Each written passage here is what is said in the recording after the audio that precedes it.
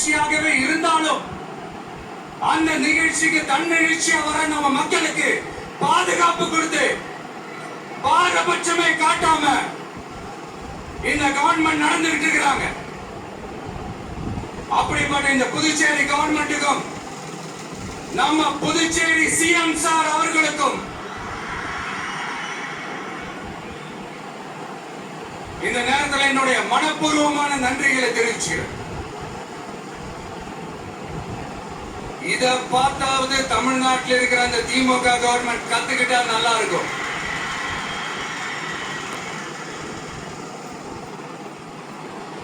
ஆனா அவங்க கத்துக்க மாட்டாங்க. பரவாயில்ல, வரப்போற எலெக்ஷன்ல 100% கத்துக்குவாங்க. அத நம்ம மக்கள் பார்த்துக்குவாங்க.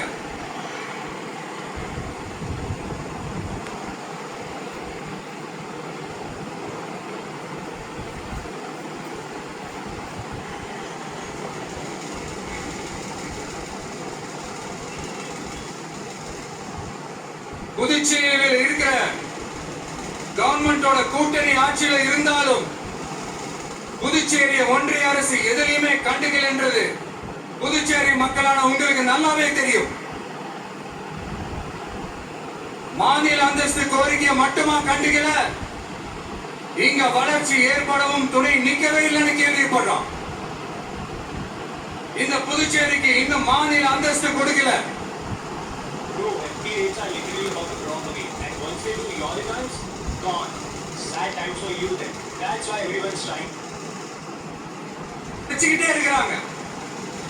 இந்த வருஷம் கூட மார்ச் மாசம் 27ஆம் தேதி 2025 அன்னைக்கு ஒரு தீர்மானம் போட்டாங்க.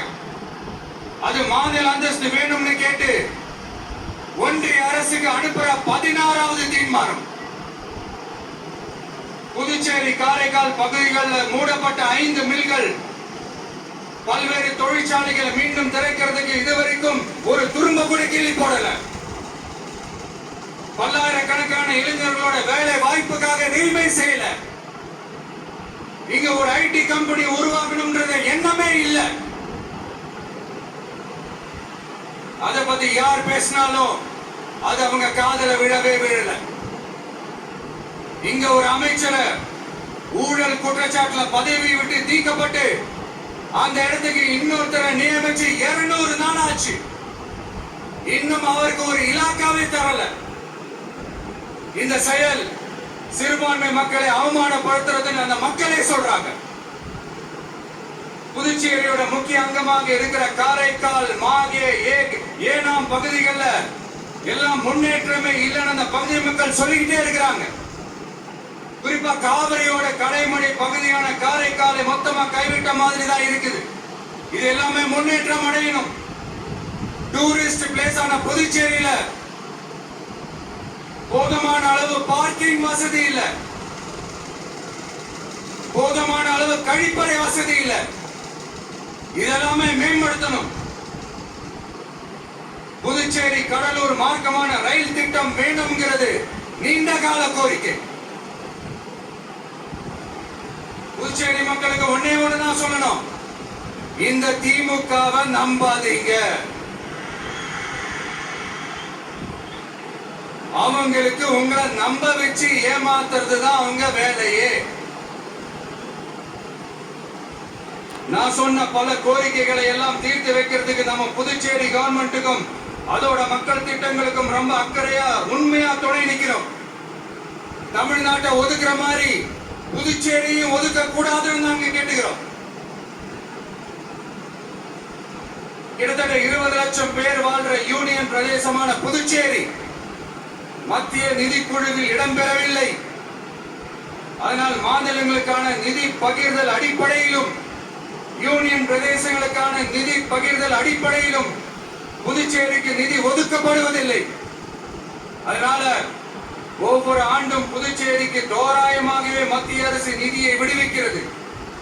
அந்த நிதியும் அரசு ஊழியர்களின் சம்பளம், ஓய்வூதிய தொகை உள்ளிட்ட திட்ட செலவுகளுக்கு சென்று விடுவதால் மீத தேவைக்கு வெளிச்சந்தையிலும் கடன் பத்திரங்களை கடன் வாங்குகிறது புதுச்சேரி. இந்த நிலைமை மாறணும்னா ஒரே வழி, மாநில அந்தஸ்து நம்ம புதுச்சேரி மக்களோட பல்லாண்டு கால கோரிக்கை. புதுச்சேரிக்கு போதுமான நிதி வரத்து இல்லாததுனால வெளியே கடன் வாங்க வேண்டியதா இருக்கு. புதுச்சேரியோட கடனை குறைச்சு தற்சார்பு பொருளாதாரத்தை வளர்த்தெடுக்க திட்டங்கள் வகுக்கப்பட வேண்டும். மாநில அந்தஸ்து வாங்கினா மட்டும் போதாது இல்லையா, தொழில் வளர்ச்சியும் தேவையாச்சே. புதுச்சேரி தென்னிந்தியாவின் முன்னணி இண்டஸ்ட்ரியல் ஹப்பாக மாற்ற எல்லா முயற்சிகளும் எடுக்க வேண்டும். இந்திய அளவில் ரேஷன் கடைகளே இல்லாத மாநிலம் புதுச்சேரி தான். ஏழை எளிய மக்களுக்கு வாழ்வாதாரமே ரேஷன் கடைகள் தான். மற்ற மாநிலங்கள்ல இருக்கிற மாதிரி இங்கேயும் அரிசி, சர்க்கரை, பருப்பு, கோதுமை, எண்ணெய்னு அனைத்து பொருட்களும் வழங்கும் முறை சீராக்கப்பட வேண்டும். கடைசியா, மீன் பிடிக்க செல்லும் காரைக்கால் மீனவர்களை